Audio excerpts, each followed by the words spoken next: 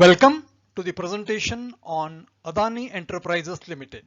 Based on return for the past 365 days from the F&O list, Adani is the top ranking performer with a return of 223%. We are taking it up for further studies. Let us observe the price movement for the past 12 months, starting from 219 going up to 797. Almost a return of 264%. 81 in the month of March is the first drop, 37%. Then it is all upwards. August 104 rupees, 47%. December 81, 37.1%. And the maximum return, a massive increase of 291, and the price moves from 219 to 797. A great movement in the market. Comparison with the Nifty makes the growth of Adani all the more important. It was below Nifty till July, and from July 20 when it crossed over Nifty, its movement upwards was unstoppable. While Nifty returned 31%, Adani went on to give a return of almost 9 times Nifty at closer to 270%. Let us understand, was the growth driven by revenue? If you look into TTM revenue, December is 39,440, down from the peak of June 2019. If revenue is not the reason for the growth, is the PBT behind it?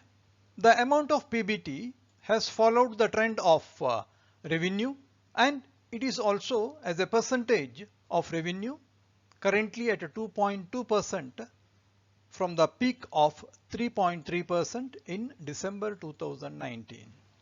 That goes to conclude that the price up move was not triggered by either revenue or the profit. Then the question comes, what was behind the price rise and which is that force? Normally, we take PBT and connect it to market price to find a relationship. If we take December 18 profits of 534 and compare it with the market price of 161 in December 18, till March 2020, we find the growth in PBT is discounted by 50% to derive the growth of market price. As a thumb rule, as we will see, 173 is 86. But beyond March 20, there is a change in the whole approach because the discount turns into premium. It is PBT growth into 1.5%. 160 becomes 298. And going beyond December 20, the increases are unimaginable, and they suggest there is a break from the relationship with PBT, and the forces driving the price are in addition to or to the exclusion of PBT. Price action data reveals one of the reasons that possibly will give us a better feel of the market. Increasing prices, increasing turnover, and reduced delivery percentage, and smaller size of the order, indicating large number of entities trading in the market. With less amount of delivery and multiple number of orders of small size, there is speculative pressure which has moved up the price and the turnover. Therefore, one of the reasons for the price movement upwards could be the speculative pressure created by the composition of the market forces. The most visible triggers: 6th February, the filing with stock exchange for acquiring 23.5% share in the Mumbai International Airport by the company, and the second filing which was made on 23rd February in respect of the joint venture on data center formation with 50% equity stake.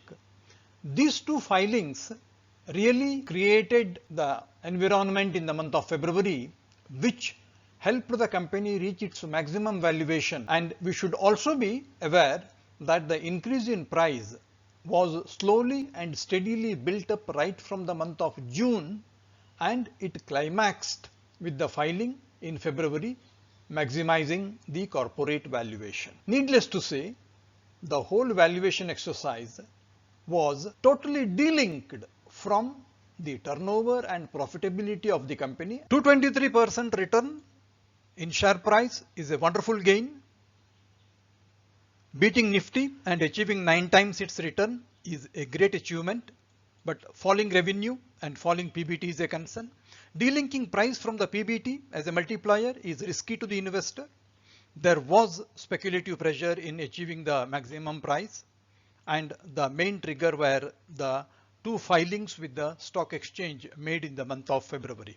All said, the greater valuation that has been achieved is good, but the investor's risk appetite will be respected only when the price is reflective of the fundamentals of the company. You may please reach the playlist at this info card. Hope you liked the presentation. Kindly leave your comments, likes and dislikes. To get similar informative and educative videos, kindly subscribe to the channel. Thank you for your time and attention. The video is for purposes of information, education and awareness only. This is not a solicitation or recommendation to buy, sell or hold securities. Kindly seek the advice of a competent professional as necessary.